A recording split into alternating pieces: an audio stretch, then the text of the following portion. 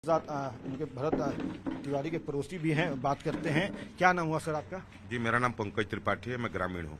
पंकज त्रिपाठी जी, ये बताइएगा कि पूरी घटनाक्रम जो चल रही थी, आप यहाँ मौजूद थे, क्या हुआ था और जो डिमांड है, डिमांड को लेकर के क्या कहना है? ये मामला जो आप लोग देख रहे हैं उससे 3 दिन पहले शुरू होता है। जवैनिया गांव के विस्थापित जो हमारे ही गांव में आकर स्थापित किए गए हैं, उनकी लड़ाई वो लंबे समय से लड़ रहा था।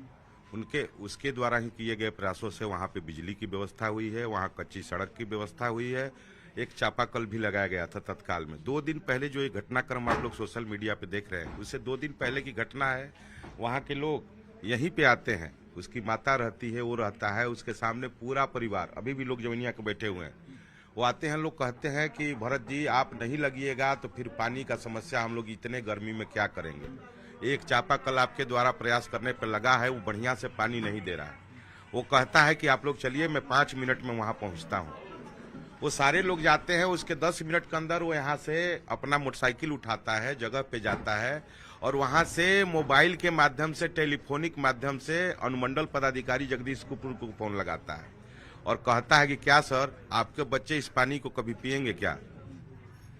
किसी मंत्री और किसी अधिकारी का परिवार आके यहाँ पर 1 दिन के लिए स्टे कर सकता है क्या? उसकी ये बात सबको बुरी लगती थी। उसके कहने का तरीका गलत हो सकता है।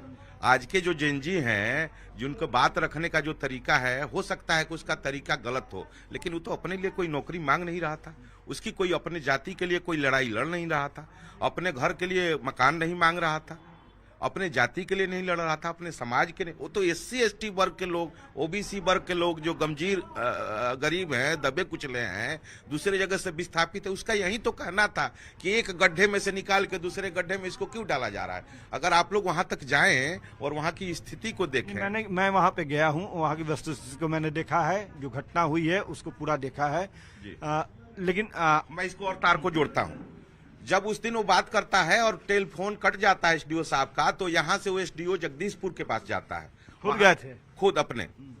उसके बाद उसकी वहां पे पिटाई की जाती है, उसके साथ बदसलूकी की जाती है, जो भी नहीं करना चाहिए। एक सामाजिक आदमी जब किसी अधिकारी से मिलता था, बार बार स्वास्थ्य कैंप लगवाता था, अन्य जो भी काम थे जनता के हित के वो करता था, वहां से आता है वो विक्षिप्त टाइप का हो जाता है। SDO द्वारा अपमानित करने के बाद वो विक्षिप्त हो जाता है। मतलब सम्मान को ठेस लगना नागवार गुजरा जी। वो बच्चा जो गले में एक सोने का लॉकेट जो उसकी माता ने उसके जन्मदिन पे उसको दिया था, उसको बेचता है। और बताइए बिहार सरकार में किस तरह से हथियार उपलब्ध है कि 10 मिनट में वो बच्चा हथियार खरीद लेता है और उसी दिन SDO के द्वारा उसके ऊपर एक केस किया जाता है। उसकी पिटाई के बाद SDO साहब के द्वारा उसके ऊपर पहला केस किया जाता है। उस केस के एवज में जो आप पहले दिन की घटना आप लोग देख रहे हैं, जो पुलिस बैठी है, वो हथियार लहरा रहा है, वो जानता था कि इस पिटाई के बाद SDO मानने वाला नहीं। बहुत सारी चीजें, विकास का जो खर्चा वहां हो रहा है, वो सब SDO साहब की निगरानी में हो रहा है। तो मामला कुछ न कुछ तो ऐसा जरूर है कि वो जान गया था। SDO साहब केस करते हैं, पुलिस यहाँ आती है, वो पुलिस के साथ जाने के लिए तैयार नहीं होता है। वो कहता है कि तुम लोग भ्रष्टाचारी हो, तुम लोग चोर हो, जो बलात्कारी है उसको तुम पकड़ नहीं पाते हो, साले हमको पकड़। अब ये सारी चीजें सोशल मीडिया पे है। जब उसके हाथ में हथियार होता है तब उसको पुलिस नहीं पकड़ पाती है। पुलिस का तो पहली ड्यूटी वहां बनती है ना कि उसके हाथ में हथियार है तो उसको पकड़िए। अगर आप कहते हैं कि मानसिक रूप से बीमार है तो उसको मानसिक, अब देखिए क्या कॉन्ट्रडिक्शन है। इस राज्य के मुख्यमंत्री, जिस दिन की ये घटना है, जिस दिन पुलिस उसको पकड़ के नहीं ले जाती है, उस दिन एक सभा होती है। बिहार के मुख्यमंत्री उस सभा से, विक्रमगंज के आसपास कहीं सभा थी, उस सभा से मुख्यमंत्री कहते हैं उसको पकड़ लिया गया है और मानसिक आरोग्यशाला भेज दिया गया है। जिस दिन वो नहीं पकड़ा जाता है, उसके बाद उसका एक सोशल मीडिया पे शाम को वीडियो आता है, वो कहता है कि मुख्यमंत्री हमको पकड़ लिया दिखाते हैं, लेकिन मैं यहां हूं। ये बिहार का कैसा मुख्यमंत्री, मैं पूरी बातों को लाइन से जोड़ देता हूं, कैसा मुख्यमंत्री झूठ बोल रहा है। दूसरे दिन, जिस दिन की ये घटना है, उस दिन मुख्यमंत्री जी पटना के आसपास किसी सभा में होते हैं और जिस समय इसकी लाइव हत्या होती है, उसकी मां देख रही होती है, हमारे गांव के लोग देख रहे हैं, विस्थापित देख रहे हैं। उस समय मुख्यमंत्री इस सभा से कहते हैं कि उसको पकड़ लिया गया है और मानसिक आरोग्यशाला भेज दिया गया। ये दूसरी बात है। अगर मुख्यमंत्री जी के पास एक भी मानसिक आरोग्यशाला का कोई स्लिप है तो हम लोग पूरे मामले से पूरा गांव माफी मांग के पीछे हटने के लिए दिया। मंत्री तो जो अधिकारी बताए वो बयान उन्होंने दिया। क्या मुख्यमंत्री को दिग्भ्रमित किया गया था? इस बात से तो आप मानेंगे ना इस बात को? मुख्यमंत्री जो गृह मंत्री भी हैं, इस पुलिस के मालिक भी हैं, केवल मुख्यमंत्री नहीं है, गृह मंत्री भी हैं।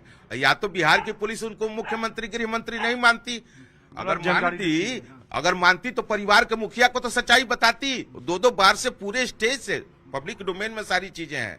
उस दिन की जो घटना है, एसडीओ के द्वारा फोन करके, फोन इसीलिए जब्त किया गया है, उसको फोन पे कहा जाता है कि आप वहां चलिए, हम वहां आ रहे हैं, आप दिखाइए कि क्या समस्याएं हैं, क्या दिक्कतें हैं, ये कह के उसको घर से बुलाया जाता है। उसके फादर, जब देखिए पुलिस के आदमी है, उसका पुराना वीडियो आप देख रहे होंगे, जिस वीडियो में पुलिस के साथ उसका उलझन, यहाँ घर बन रहा था, लोगों की समस्याओं के लिए लड़ रहा है, उस समय उसके फादर ऑन वीडियो उस अपने बच्चे को पीट रहे हैं।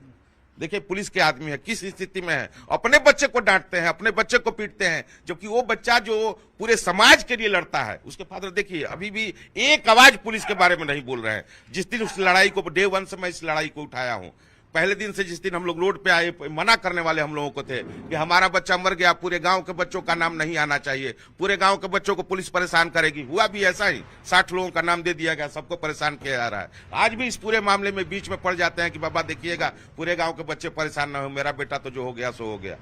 सोचिए कैसे लोग। देखिए ये बड़ी बात है कि एक पिता जिसने अपने बेटे को खोया, उन्हें इस बात की चिंता है कि गाँव के जो बेकसूर बच्चे हैं, अब उन पर पुलिस का दमन ना हो, पुलिसिया कार्रवाई ना हो।